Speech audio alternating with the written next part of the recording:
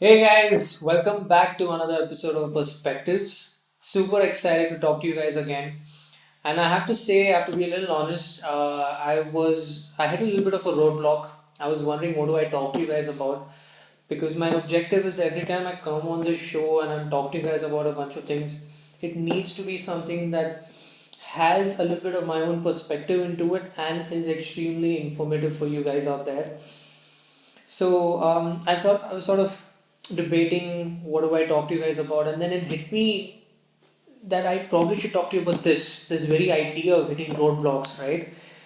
As creators, when you're constantly creating, when you're out there, trying to create a new storyline, you're trying to create a name of a show, or you've just you're brainstorming with your entire team to come up with the next big screenplay or whatever it could be.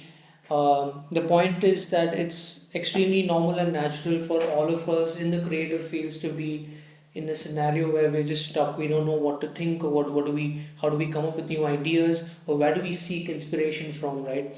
So this is what this episode is all about. It's for all of you guys who want to know what are these tools, what are these processes that you can have, these creative processes as a filmmaker that will help you constantly be in that rhythm of creation, right? How do you constantly keep innovating in the way you think?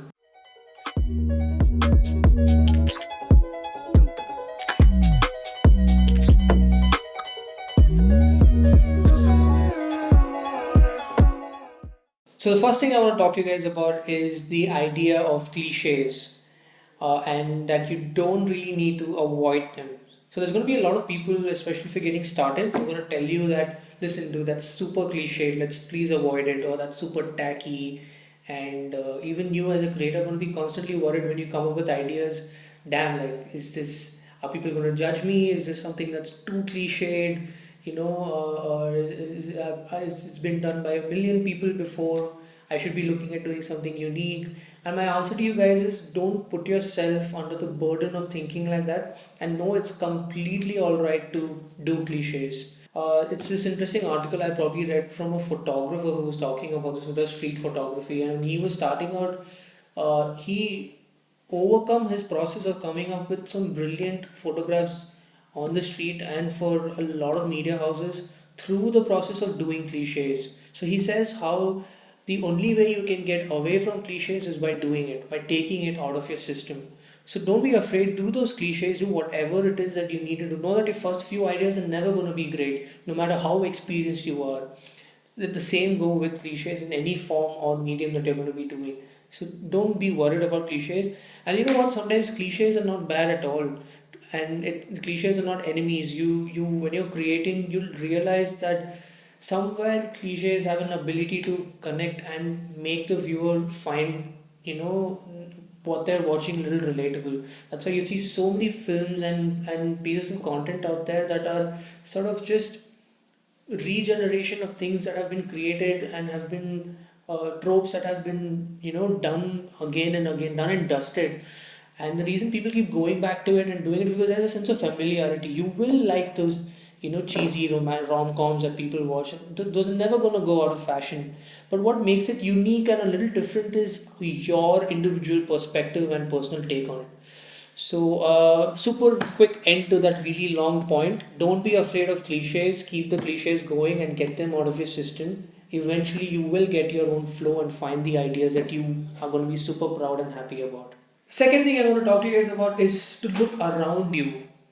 Sounds pretty simple, right? It is. It's the idea that step outside. If you want inspiration and if you want really new ideas, the best way to do them is just stepping out of your house. Like go outside, have a bunch of conversations with even strangers, sit in a public cafe and just people watch. Or when you're in an airport and you're catching a flight, just people watch. Watch the certain nuances that human behaviors have, right? The way someone talks to a waiter or the way someone is interacting with a loved one.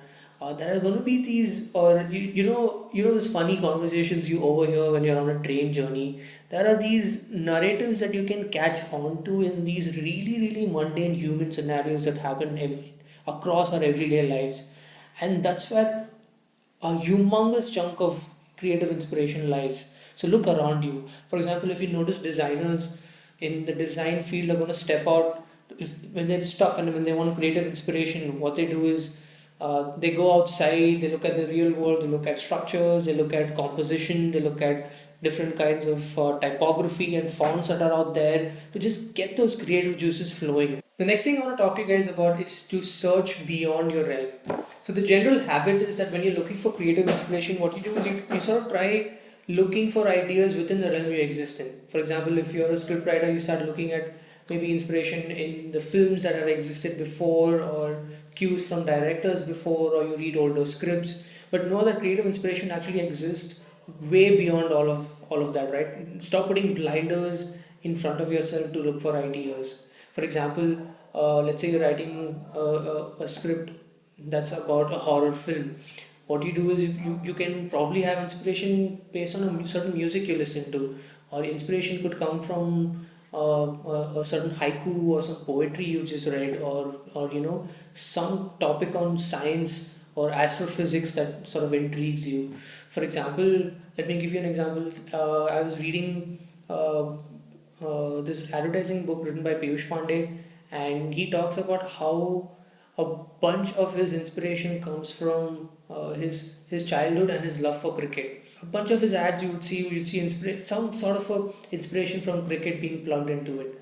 But if I were to tell you at a surface level, cricket, uh, uh, uh, Cadbury, Dairy Milk, and advertisement, the three of them look like very far-fetched topics on their own, right? But through his inspiration, he's through his perspective and through random realms that he's taken inspiration from, he's sort of put it together as a cohesive unit, and it becomes this super incredible ad that people love watching, right? So that's the beauty of looking beyond your realm and knowing that inspiration lies at anything that you can come across. Consume, consume, consume, right?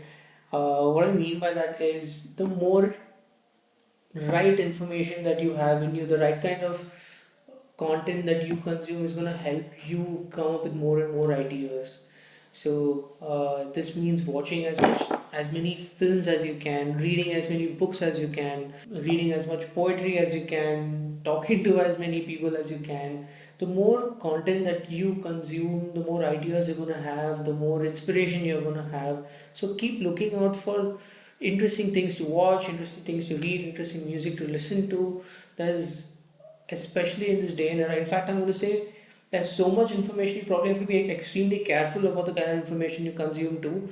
But I think it's the best time to be alive in terms of consumption. So there's a lot of content out there, and just don't forget that enjoy those moments of consuming them. That's the perk of being a creator. When you don't have to feel guilty about watching so much content, that because that's you could keep telling people that's probably a job. This next thing that I want to talk to you guys about is super interesting. I came across this a couple of years ago. It's called Shiritori, and it's by this guy called Shinpei Takahashi. So it's a really nice idea where it's for people. He used this when he hit a roadblock and he wanted to constantly churn out a bunch of ideas. So this is a really nice tool, especially for guys who are brainstorming and who need to like quickly, who are in this huge time constraint and and if they're around a team maybe and want to have a fun way to sort of brainstorm and come up with these ideas. So Shiritori is where you have a certain direction in mind. It could be a certain a theme in mind, or a certain sort of a subject matter in mind, whatever it is. So have the direction in mind and think of a word in that direction, and from then on build on the next word, sort of keep connecting words through the last letter of each word that you think of, is what I mean. For example, let's say we're thinking of a YouTube show similar to this, and it's all about film, and it's about breaking and demystifying the process of film for young filmmakers. So, what would be the possible names for it? So, let's say I start with film seekers, pretty lame. Solving for film, still lame. Macro, macro, the macro picture, no. Macro perspectives, no. Perspectives, maybe. Sounds cool, right? So that's the idea. You sort of use take a pen and a paper, think of a random word, can keep writing random ideas to those words. And the advantage is that what happens is when you use Shiratori, the reason you have a higher chance of coming up with original ideas is because when you're thinking of words, you're using your own vocabulary, you're using your own line of thought.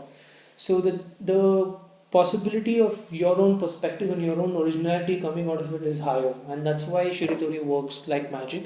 And I would urge you guys to use it whenever you want to have a little fun and come up with those quirky ideas that you want to quickly solve for.